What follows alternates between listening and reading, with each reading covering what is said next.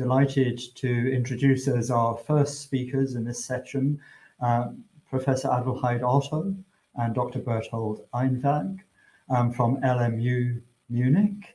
They will be talking about life and death at Ur during the 19th century BCE. So thank you very much indeed for joining us today. Thank you very much.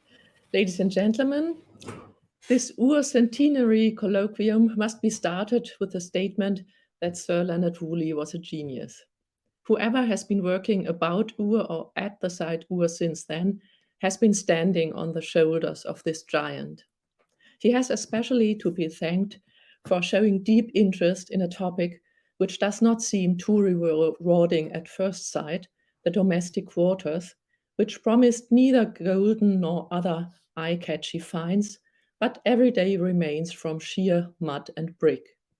The Sîn-nādā Old Babylonian house quarters, which he excavated on a large scale in areas AH and EM, have been the model of a Mesopotamian city with densely built living areas.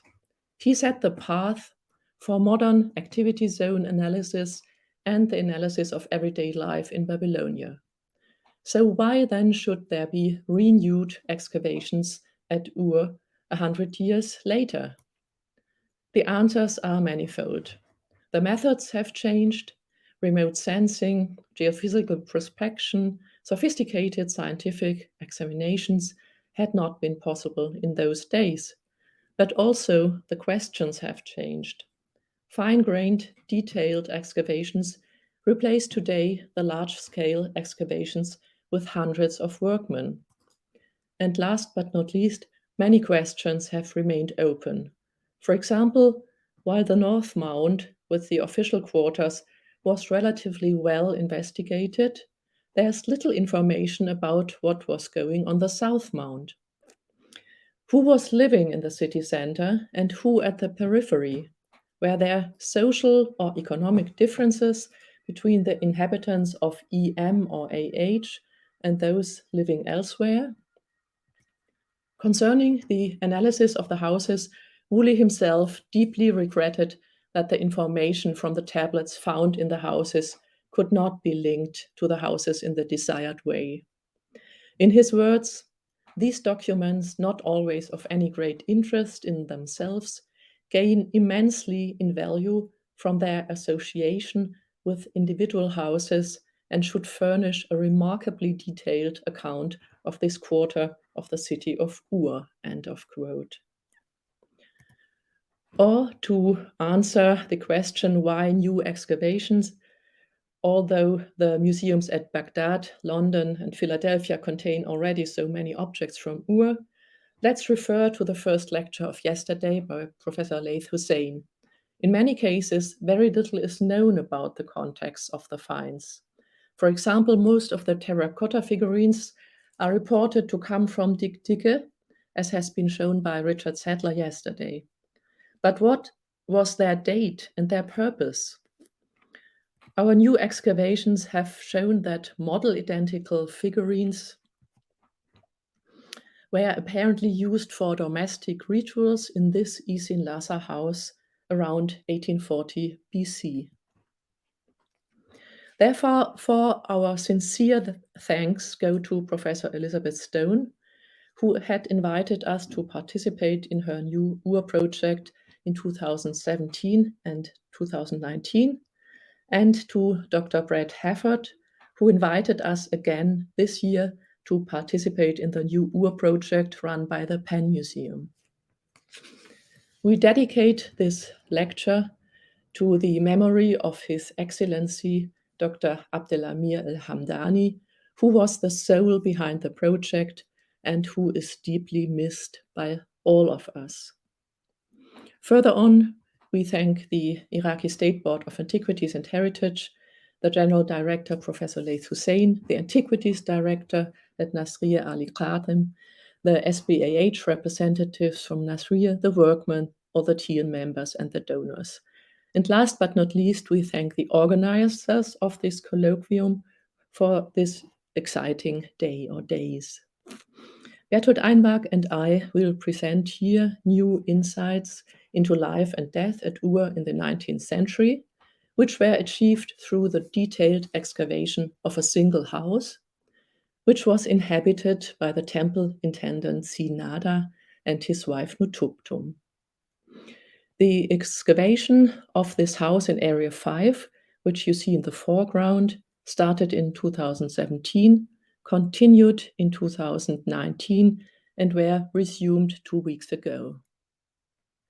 Area 5 is situated as the southernmost part of the South Mound, close to the city wall, an area which had never before been investigated.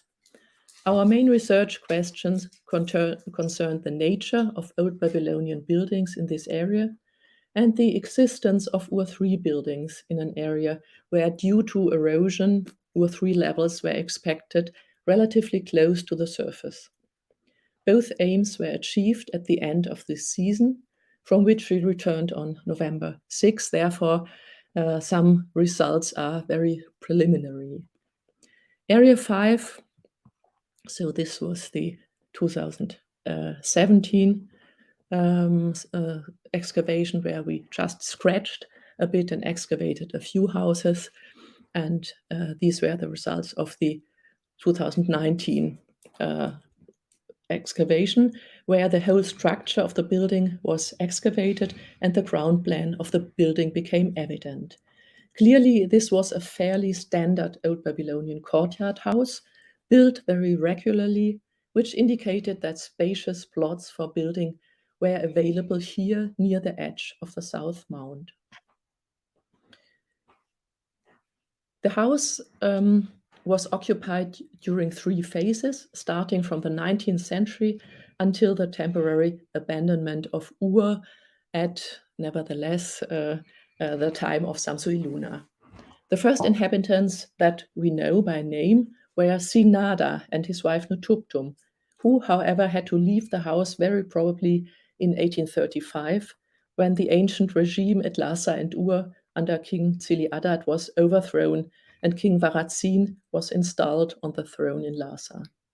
The house was abandoned, some parts collapsed, and was later restored, and all the floors were risen about 20 to 80 centimeters.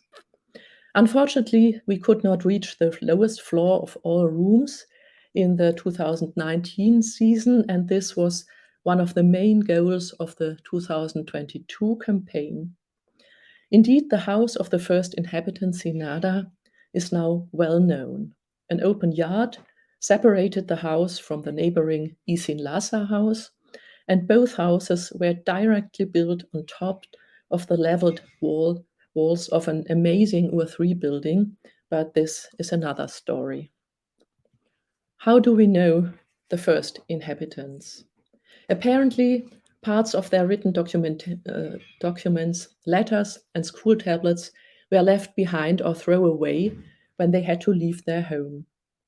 Sîn-nādā is entitled a priest of the Ningal temple and a servant of Lhasa king Sin-eribam on his first seal, with which he sealed the tablets that he sent to his wife Nuṭṭuptum.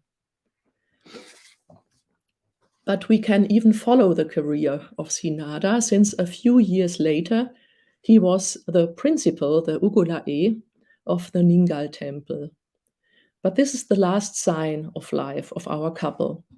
When King Sî-nādā of Lhasa was eliminated by Varatsîn in 1835 after only 9 months of reign, the glorious time of this elite family, who was probably too closely attached to the former regime, came to an abrupt end. The many letters from Sîn-nādā to his wife Nuṭṭuptum were interpreted by Dominique Chapin, who read the texts in 2017, 2019, and this year, and by Walter Sallerberger, who joined the team in 2019, that Sîn-nādā was often abroad and that Nuṭṭuptum managed the household during his absence. Indeed, several labels and tablets evidence that Nuṭṭuptum was economically active and received large amounts of wet draff from another active brewing woman named Eburitum, testifying for 2 economically active women which were able to read and write. Probably Nuṭṭuptum was actively involved in the fattening of sheep and was also providing the Ningal temple with goods. Other tablets concern the deliveries of flour to Sîn-nādā and show some of the couple's duties for the Ningal temple. My guess from the fact that Sîn-nādā wrote so many letters to his wife is that he was often abroad and that Nuṭṭuptum had to manage the household on her own. And indeed, this October we found a letter from Sîn-nādā to his wife, where he claims that he is not neglecting her, contrary to what she is accusing him. A wonderful discovery deciphered by Dominique Chapin just 2 weeks ago, which corroborates our picture of this couple, which seems so familiar to us today and so modern. Since this letter was lying smashed next to the entrance door, here you see it on this picture, I had the very unscientific idea that Nuṭṭuptum threw the tablet out of anger at her husband when he was departing once again. But apparently, Nuṭṭuptum was not in bad terms with her husband all the time, since she kept a caring letter by her husband together with a clay plug of the enthroned king, a bitumen-coated little basket, and a bull's horn in her little corner in the rear part of the kitchen, which was otherwise well equipped with 2 large ovens and a paved area with sophisticated drainage systems for certain procedures with water. Since we found out this year that the neighboring room 12 served for storing provisions, here you see to the right a niche where the meat of various animals had been kept in some vessels. This may have been a kind of a pantry, perhaps. In the nearby courtyard, the grilling of fish seems to have taken place at a fireplace where 3 stones were used as a support for the grill, very much reminding the grilling of fish today in the marshes. The reception room was equipped with a hearth and another installation, which might have been once an altar. Next to it, a small clay model of a table with crawling snakes was found. The traces of burnt substances indicating its use as an incense burner. The paved bathroom or lavatory with a drainage more than 8 meters deep was one of the reasons why the hygienic conditions were exceptional, why the anthropological analysis of the skeletons found revealed an overall quite healthy population with only few diseases and few morphological symptoms of nutritional deficiency.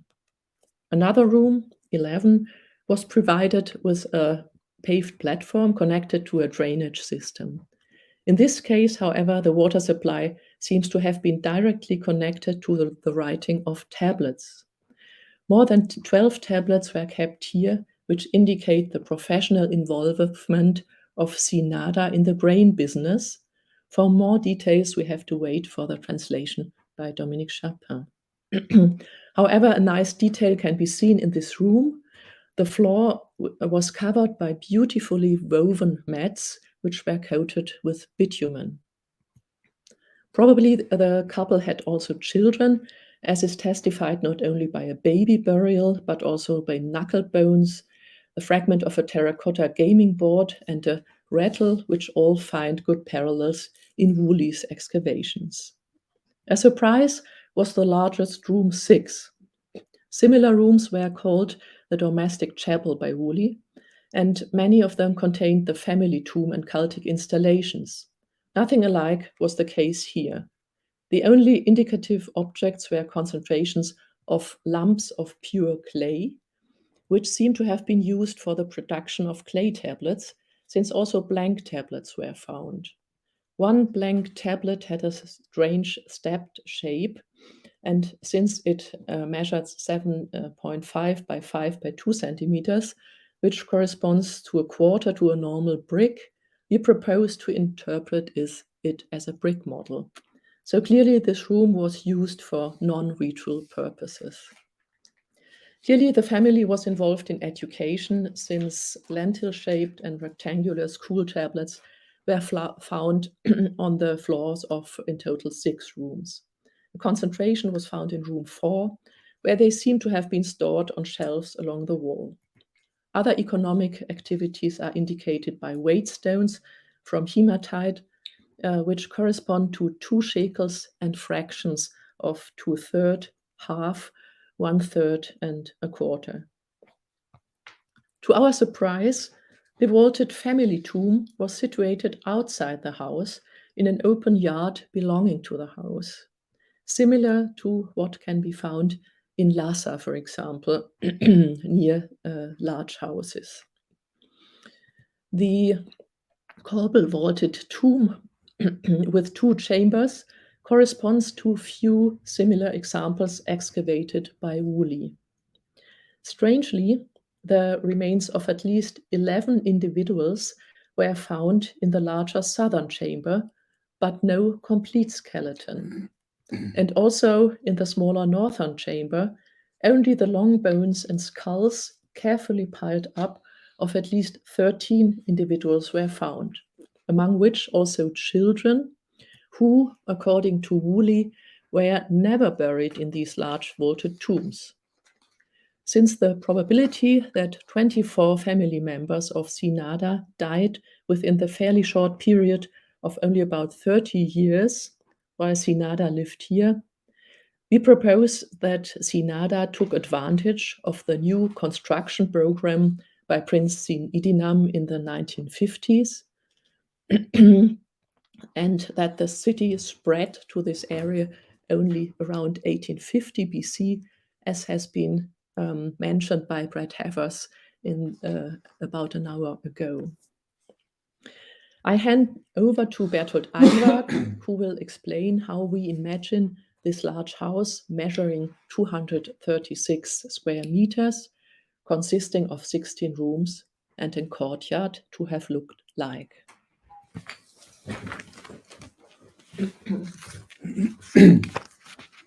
Together with the virtual reality branch of the Leibniz Computing Center of the Bavarian Academy in Munich, we attempted a 3D reconstruction of the house.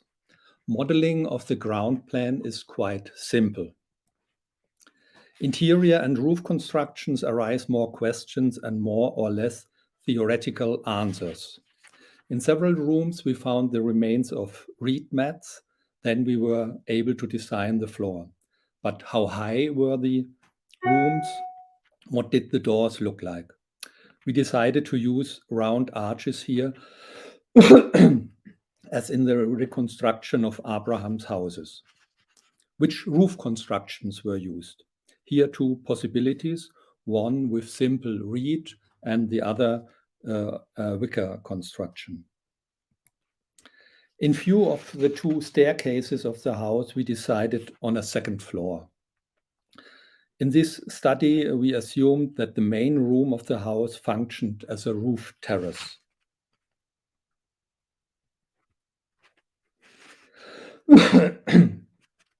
In the design of the interior, we followed the finds and findings. Apart from socket stones, no evidence of the doors remained, but Woolley published one in Excavation 7.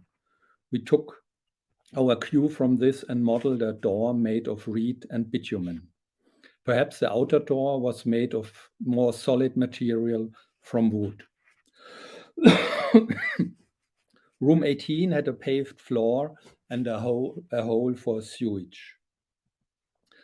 The already mentioned room 13 was also in parts paved with 3 sewage holes, and in the other part there were 2 round ovens and other inventory. The courtyard had accesses to all rooms, and in the south a staircase to the upper floor. In the south there was also the school room, in which numerous round school tablets and a copy of the lamentation over the destruction of Sume and Ur were found. Presumably, they were kept on shelves. For the upper floor, we worked out this proposal consisting of passage rooms and a terrace above room 6.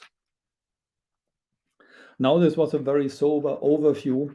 Perhaps the house of Sîn-nādā and Nuṭṭuptum looked like this. In the garden, some native plants have been reconstructed. Of course, there is no archaeological evidence for a date palm and a tamarisk. But for the two sheeps, perhaps there is. From the text, we know that Nuṭṭuptum received waste from beer production as animal feed. We know also from the geophysics that the house did not stand alone and was surrounded by other houses on a wide street. So we should place it in the house surrounded by others. This was a quick overview of the current status of our 3D modeling project. We hope that this limited fine-scale investigation in Area 5 can enrich our picture of Ur 100 years after Woolley's pioneering excavations. Thank you. Thank you very much indeed, both of you, for that really remarkable insight into life and death at Ur. Extraordinary vision of that period. I think my abiding memory is of the tablet flinging wife, but I was interested in those remarkable visualizations, which really made it so real, and just wondered whether they will be available either online or you're planning to publish them. Well, we are planning to put this online, and it's a lot of things are hypothetical. One must assume, but it's I think in a few weeks or so we are working on this. We can go online with that. Great, thank you very much. Look forward to that.